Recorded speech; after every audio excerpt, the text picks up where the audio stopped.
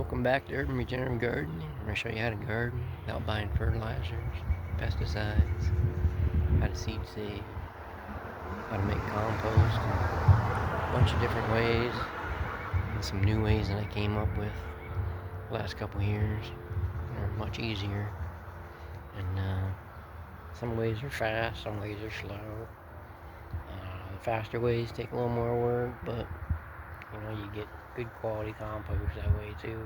So, but it's October 22nd. It's been a long time since I made a video, so apologize for that if you were waiting around or whatever.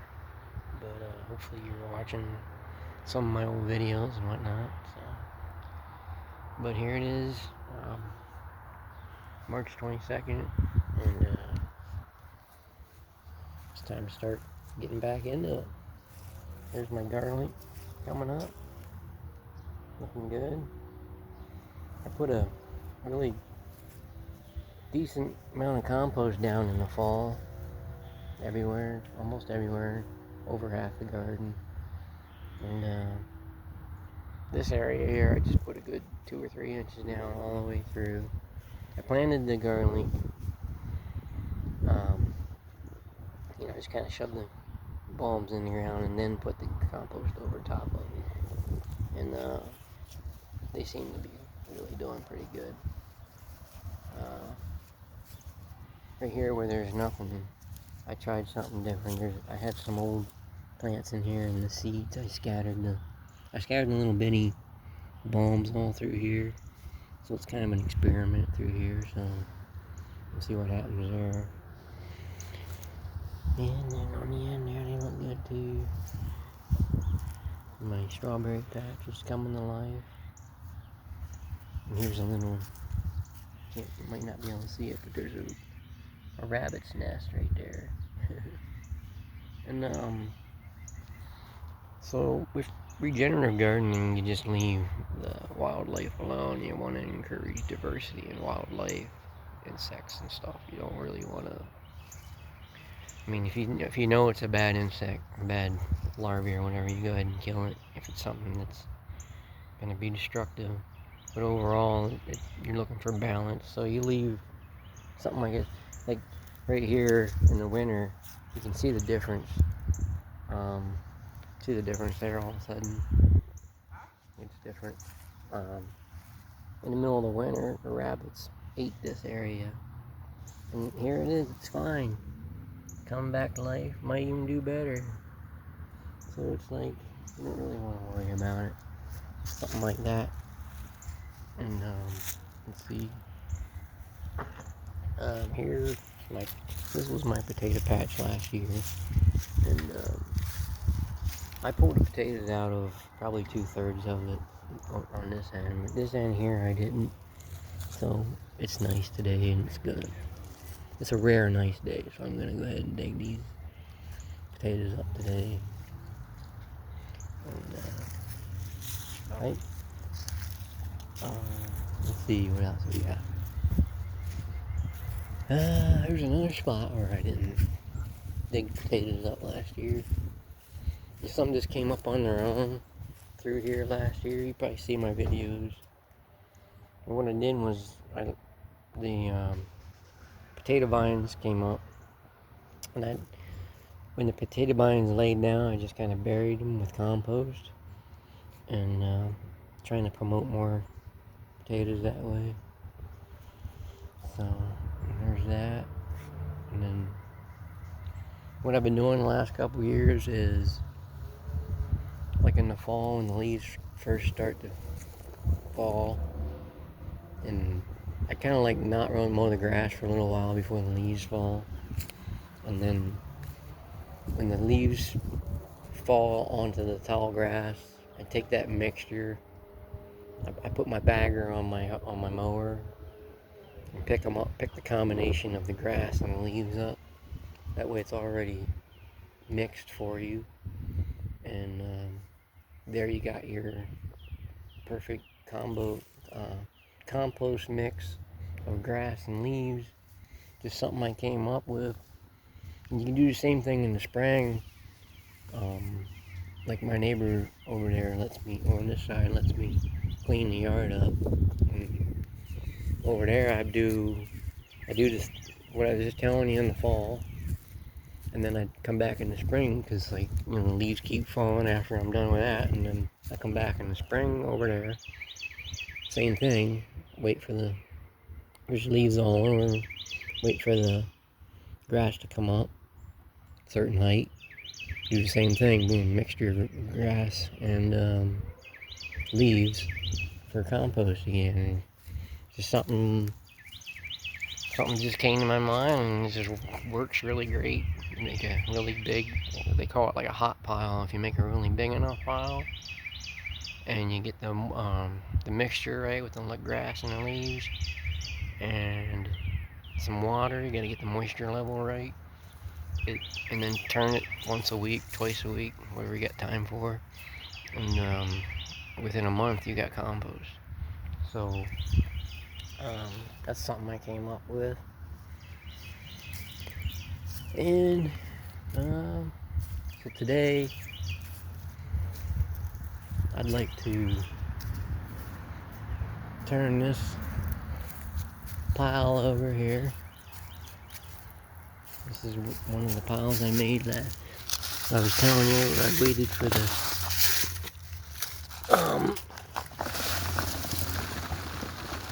leaves to fall on the grass. I turned it over a couple times before the weather got too cold to really do anything. It's a good, I'm out here grounding and everything I do. Holistic things where it's good for your health. And, so this is the first time I was able to ground this year. So it's like 65 degrees out. Feels really nice to be out here, fresh air, doing my first video in a while. Okay, so then we got every year I go to the town place and grab wood chips. And hopefully I get lucky and I get some pretty good aged wood chips. Last year I got right before they took the old, they were just making the new batch, and I got a really good batch of the old stuff. It just worked out good for me this year. And this is from 2 years ago. This is in the wood chip pile, and this is how much it breaks down in a year. It's a really low pile. You can see. I'm not sure how low it comes out on video, but it's only like a foot or two high. That pile will be really small next year. Hell, this pile, what I like to do is run it through my wood chipper again. It just comes out like finished compost, pretty much. If not, I can just let it go another year or something, and that'll be fine too. Like, I've been doing it every year, but now that I got a good layer of compost everywhere in the garden, I don't really have to feel like I'm in a hurry to do anything like that. It's starting to sprinkle out here, so I might have to bail out. No, it'll be alright. So, and I guess the main thing of this video is this winter, I had a rosemary bush out, and at first I thought the rosemary bush would be okay in this climate here, but then when I looked into it more, I realized that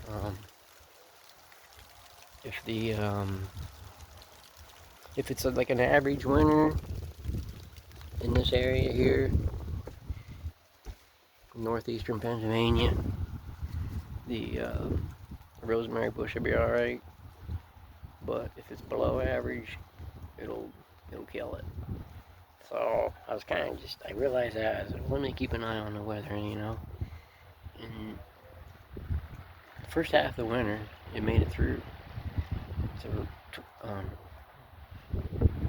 don't know where it was, super early in January, I think. We had an ice event, where we had an ice storm, and if I would have thought about it, I guess I just forgot. If I'd have covered it up, it would have been much better off. But I was out here looking a couple days later, and I was like, oh boy, that looks rough. Like in the rosemary bush looked pretty rough, and I remembered that ice event, you know, really put a hurting on it.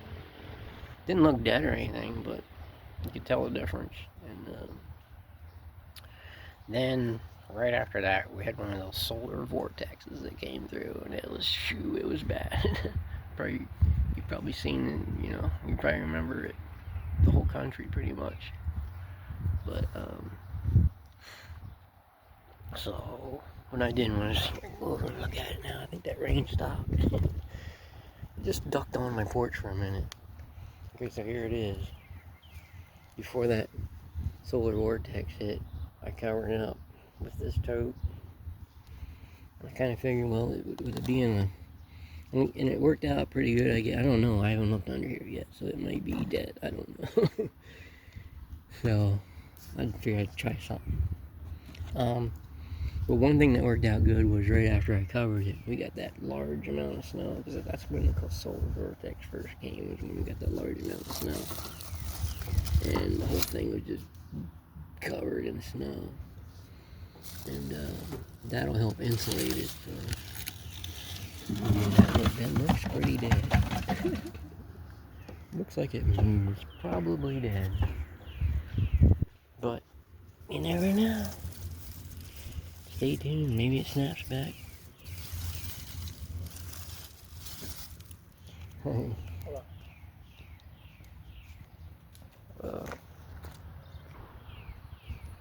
It's really brown right there, and that could just be dead. Or maybe, you know, who knows?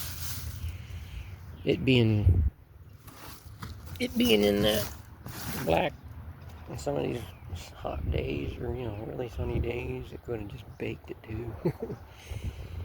But I didn't want to take it off until there was no more, like, now I don't think it's going to get down to the teens anymore, so, you know, maybe some low to mid 20s, but no teens probably. I'm just going to keep it uncovered and let it get rain and sun and whatnot, see if it comes back. It might come back. Maybe I'll trim it back. You guys got any pointers for me? Should I trim it back? What should I do? You know, maybe anybody out there that knows what I should do, go ahead and leave them comments. I appreciate any kind of advice. But yeah, I think I might trim it back, because I know plants in general, they you know, if I trim it back, there'll be less energy will be spent on, you know, like wasted areas or whatnot, so that'll probably help. I can see the last few days this plant's looking better here. Just starting to see some life there. It's just starting to come on.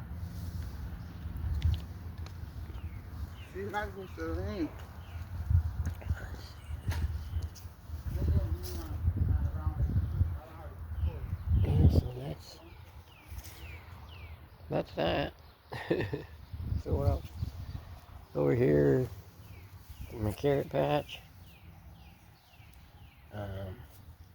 In the fall, I just put some ground up branches and leaves and whatnot over top of my carrots to kind of protect them from the cold. And then so that's that. And then this is another composting I do. I do this around the same time as I was telling you with the other.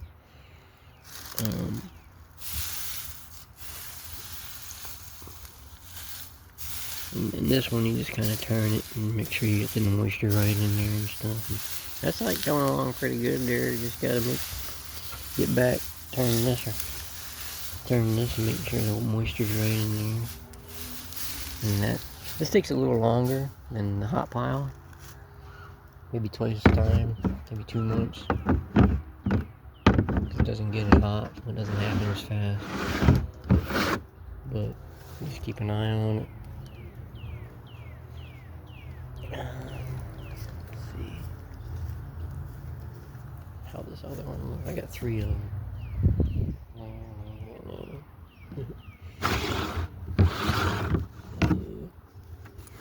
Oh, looks pretty similar here.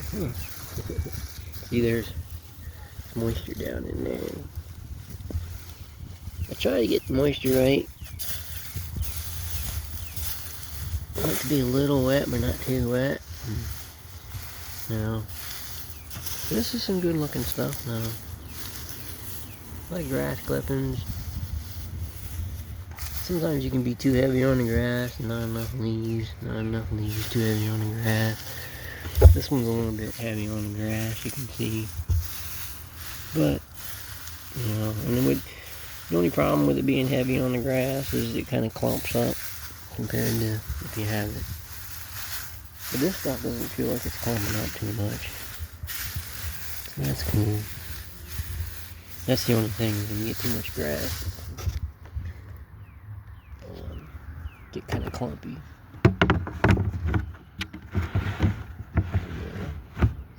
But let's see.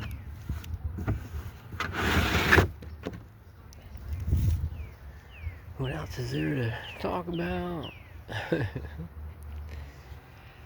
So I got an irrigation system set up in here.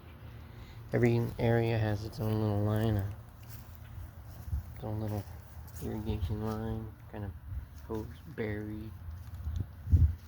And even my strawberry patch has like a buried hose through here.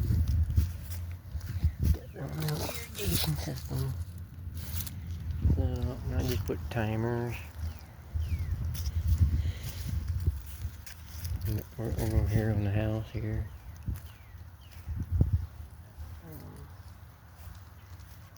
Some garbage blew in here. Got one of those. There's a hose line there. And there's this is where all the lines come in. There. And another setup on the other side.